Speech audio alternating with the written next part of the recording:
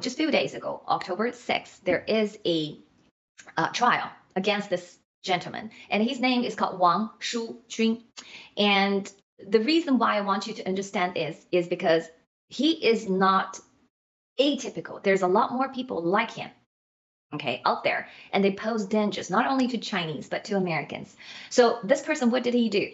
This is an article, August 7, 2024. He actually was indicted by the DOJ in 2022, but the trial just concluded on October 6th in New York City, and he is convicted engaging in illegal spying espionage activities for the Chinese Communist Party for decades.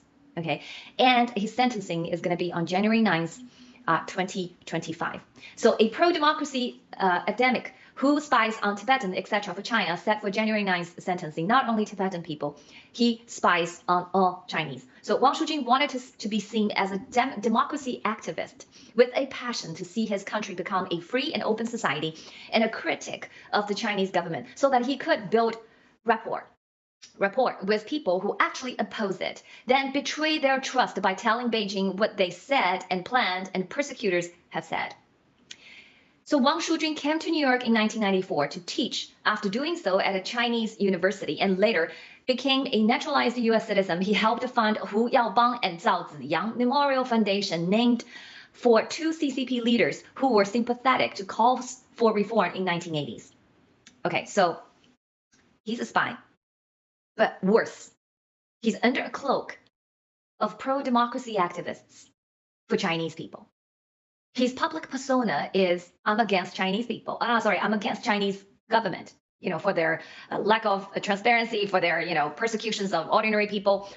Go against it. And that's why he supported and funded the NGO that named after two prominent previous CCP leaders who are pro-democracy. They are the two forces behind the 1989 student movements. Okay, remember the Tiananmen massacre, the tank men that I showed you in the episode 50? These movements are supported by these two leaders. So Chinese people, ordinary deplorables, regard them as a symbol of democracy.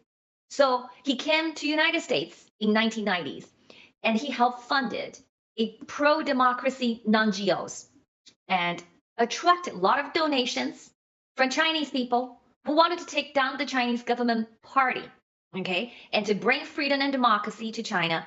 However, he's a scumbag, he's a swindler, and worse, he's a traitor to them. He betrayed everyone's trust.